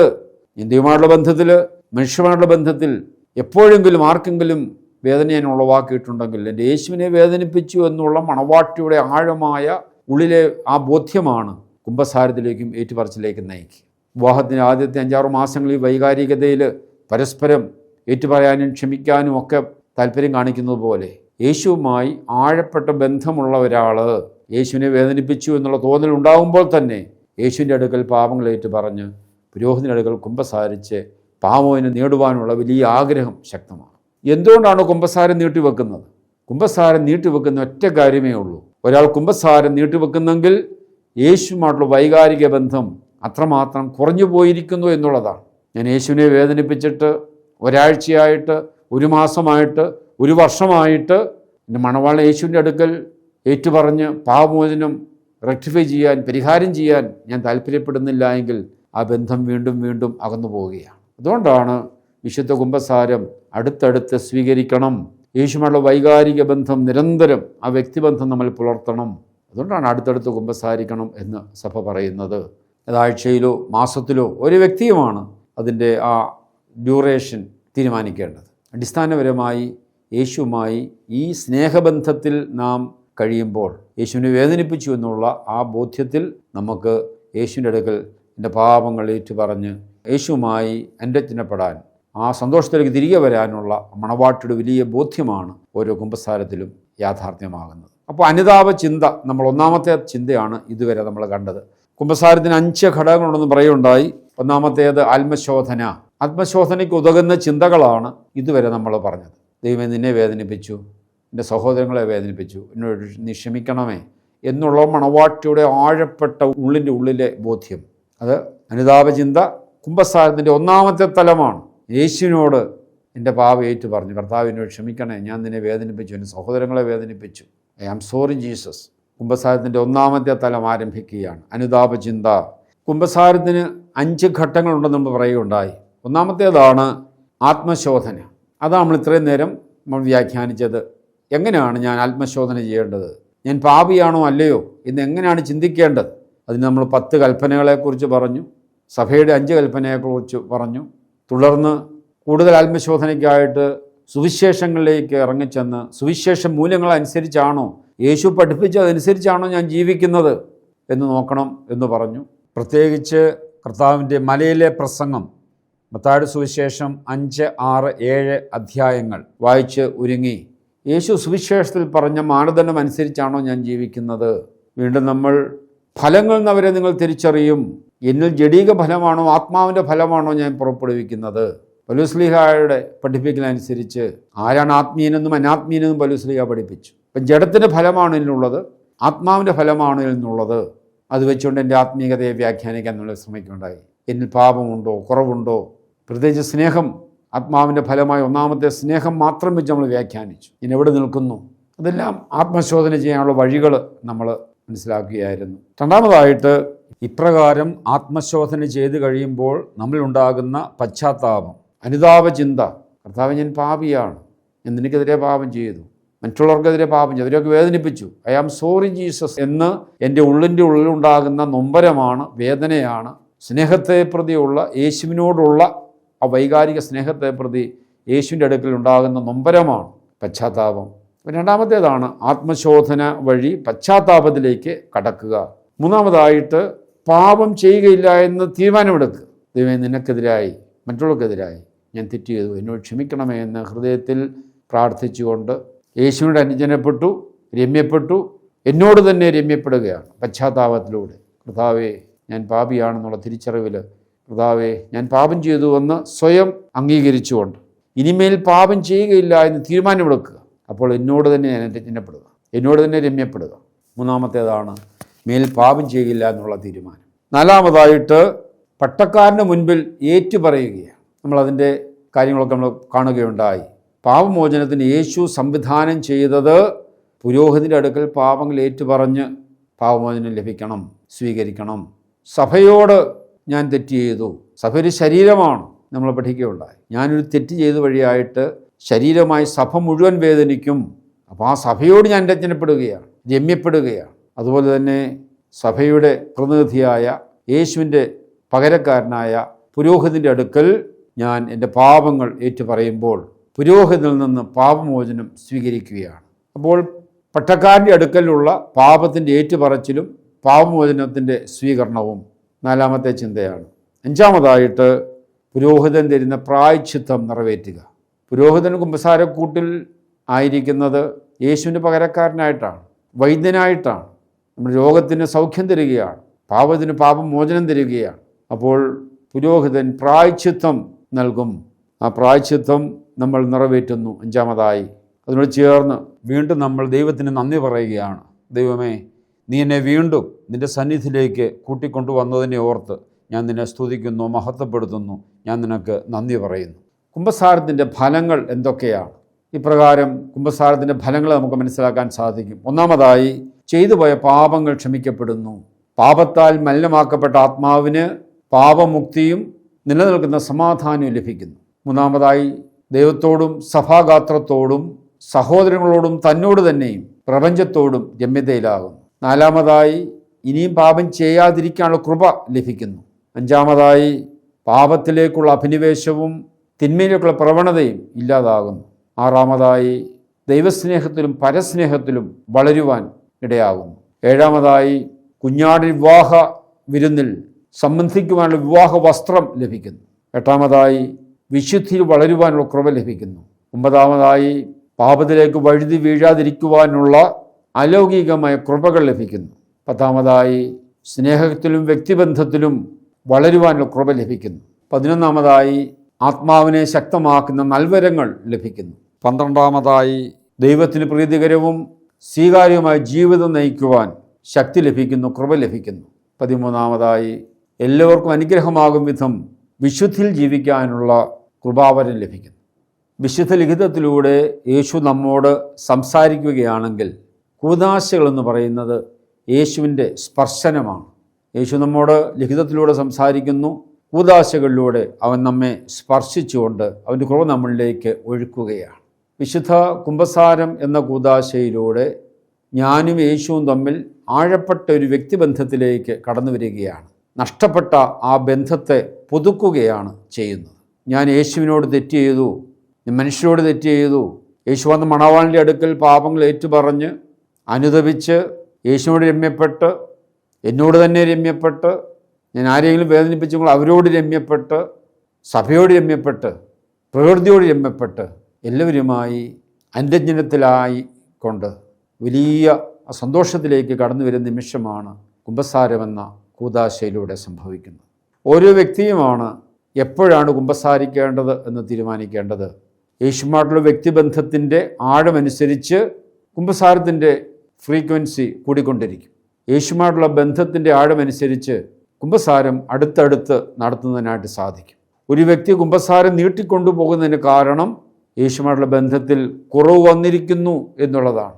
1 വർഷമായി കുമ്പസാരിച്ചിട്ടില്ല എന്ന് പറയുമ്പോൾ യേശുമായി എത്രമാത്രം അകലത്തിലാണ് എന്നൊരു യാതൊരു സംശയവുമില്ല. ഓരോ വ്യക്തിയുമാണ് ആഴ്ചയിലൊരിക്കലോ മാസത്തിലൊരിക്കലോ എങ്കിലും കുമ്പസാരിക്കണം സഭ നമ്മോട് പറയുമ്പോൾ തീർച്ചയായും യേശുവുമായി ആഴപ്പെട്ട ബന്ധത്തിൽ ആയിരിക്കുവാൻ സഭ നമ്മെ ഉദ്ബോധിപ്പിക്കുകയാണ്. കുമ്പസാരത്തിലൂടെ ലഭിക്കുന്ന ഒരു വിടുതലുണ്ട്. മാനസികമായ ആത്മീയമായ വിടുതൽ, പാപത്തിൻ്റെതായ വിടുതൽ, മോചനം. അതിരുന്നൊരു സന്തോഷമുണ്ട്. ഒരു പാപിയെ സംബന്ധിച്ചിടത്തോളം പാപമോചനത്തിൻ്റെ ഉറപ്പ് കുമ്പസാരത്തിലൂടെ ലഭിക്കുകയാണ്. യേശു അപ്പസ്തലന്മാരിലൂടെ സഭയ്ക്ക് നൽകിയ പാപമോചന അധികാരം ഒരു പുരോഹിതൻ്റെ അടുക്കൽ പാപം ഏറ്റുപറഞ്ഞ് ഒരു വിശ്വാസി സ്വീകരിക്കുമ്പോൾ ആ വിശ്വാസിക്ക് ലഭിക്കുന്ന ഒരു ആത്മീയ ഉറപ്പുണ്ട്, സന്തോഷമുണ്ട്, ആനന്ദമുണ്ട്. അത് യേശു സഭയിലൂടെ പ്രദാനം ചെയ്യുന്നതാണ്. ഇപ്രകാരം കുമ്പസാരം നൽകുന്നൊരു വിടുതൽ ഒരു വിശ്വാസിയെ സംബന്ധിച്ച് വലിയ സന്തോഷമാണ്, ആത്മീയ ആനന്ദമാണ്. അതുകൊണ്ടാണ് പലപ്പോഴും ആധുനിക മനഃശാസ്ത്രം കുമ്പസാരത്തെ വളരെ പോസിറ്റീവായിട്ടാണ് വ്യാഖ്യാനിക്കുന്നത്. കാരണം കുമ്പസാരത്തിലൂടെ ഒരു വ്യക്തിക്ക് ലഭിക്കുന്ന വിടുതൽ ആ വ്യക്തിക്ക് മാനസികമായ, ആത്മീയമായ, ശാരീരികമായ വലിയ സന്തോഷവും ആനന്ദവും നൽകും. ഡിപ്രഷൻ, വിഷാദരോഗം ഇതൊക്കെ ഇല്ലാതാകുന്നതിന് വളരെ പ്രയോജനപ്പെടും വിശുദ്ധ കുമ്പസാരമെന്ന് ആധുനിക മനഃശാസ്ത്രം വ്യാഖ്യാനിച്ചിട്ടുണ്ട്. വിശുദ്ധ കുമ്പസാരത്തിലൂടെ നഷ്ടപ്പെട്ട ബന്ധം യേശുവുമായി പുനരുദ്ധരിച്ച് വിശുദ്ധ കുർബാന സ്വീകരിക്കുമ്പോഴാണ് യേശുമായിട്ടുള്ള പൂർണ്ണ സംസർഗത്തിലേക്ക് ഒരു വ്യക്തി എത്തിച്ചേരുന്നത്. അതുകൊണ്ട് തീർച്ചയായും സഭ നമുക്ക് തരുന്ന ഈ വലിയ അഭിഷേകം അത് സ്വീകരിക്കുവാൻ നമുക്കെല്ലാം സാധിക്കട്ടെ എന്ന് ഞാൻ ആഗ്രഹിക്കുകയും പ്രാർത്ഥിക്കുകയും ചെയ്യുന്നു. അടുത്തടുത്തുള്ള കുമ്പസാരത്തിലൂടെ യേശുവുമായി ആഴപ്പെട്ട വ്യക്തിബന്ധത്തിൽ വളരാൻ നമുക്ക് പരിശ്രമിക്കാം. മണവാളൻ മണവാട്ടി ബന്ധത്തിൻ്റെ ഊഷ്മളത, അതിൻ്റെ ആഴം ഓരോ വിശ്വാസിയും അനുഭവിക്കുമ്പോഴാണ് തീർച്ചയായിട്ടും ആത്മീയത കൂടുതൽ കൂടുതൽ ശക്തി പ്രാപിക്കുന്നത്. വിശുദ്ധ കുമ്പസാരത്തിലൂടെ യേശുവുമായി ആഴപ്പെട്ട ബന്ധം വീണ്ടും പുനഃസ്ഥാപിക്കാൻ സഭയിലെല്ലാവരെയും ദൈവം അനുഗ്രഹിക്കട്ടെ എന്ന് ആഗ്രഹിക്കുകയും പ്രാർത്ഥിക്കുകയും ചെയ്യുന്നു. എല്ലാവരെയും ദൈവം ധാരാളമായിട്ട് അനുഗ്രഹിക്കട്ടെ എന്ന് പ്രാർത്ഥിക്കുന്നു. ആൻ്റണി മാർ സിൽവാനോസ് എപ്പിസ്കോപ്പ, ആരാധനാക്രമ വർഷ കോർഡിനേറ്റർ.